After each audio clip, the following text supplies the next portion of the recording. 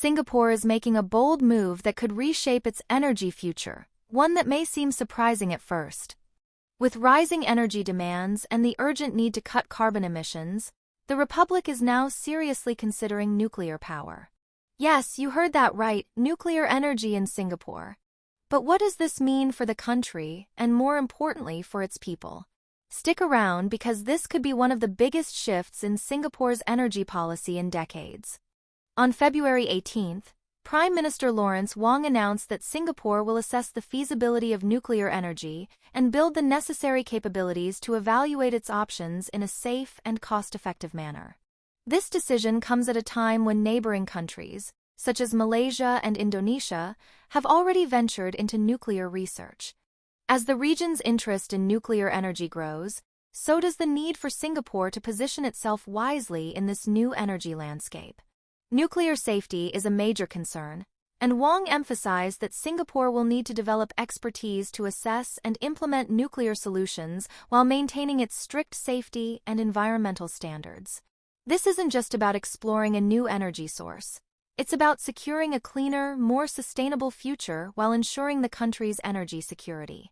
To support this vision, the government is injecting an additional $5 billion into the Future Energy Fund, doubling it to $10 billion.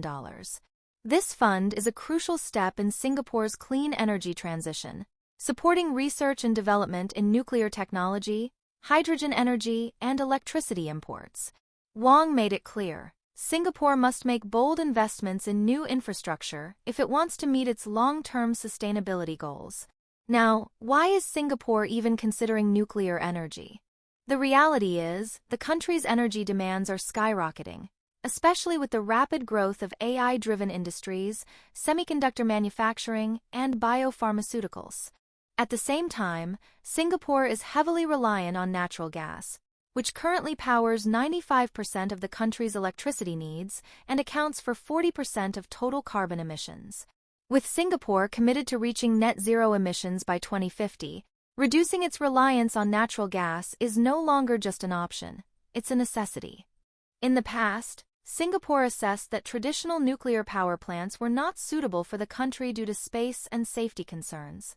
However, new advancements in nuclear technology, particularly small modular reactors, SMRs, are changing the game.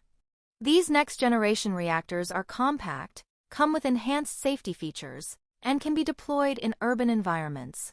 Globally, several SMRs are already in operation, with many more expected to be online by the end of the decade. Could this be the breakthrough that makes nuclear energy viable for Singapore? Singapore isn't jumping in blindly. In July 2024, it signed the 123 Agreement on Nuclear Cooperation with the United States, allowing access to American expertise in nuclear research. The Republic is also working on similar agreements with other countries experienced in SMRs. This measured, research-driven approach ensures that any decision made will be backed by strong scientific and regulatory foundations. But nuclear energy isn't the only strategy on the table. Singapore is also expanding its electricity imports from regional partners.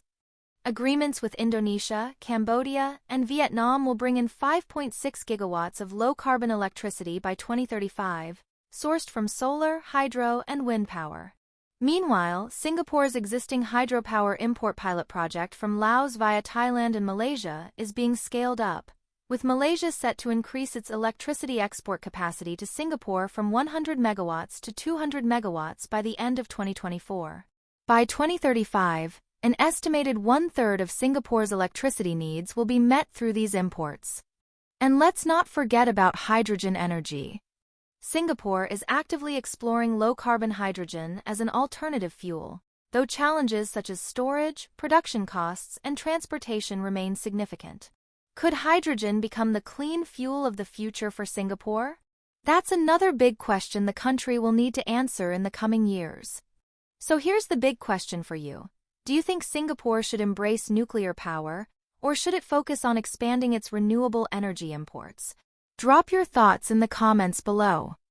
And if you found this breakdown insightful, don't forget to like, share, and subscribe to 2230 for more in-depth news coverage that keeps you ahead of the curve. Stay tuned, because Singapore's energy future is about to get really interesting.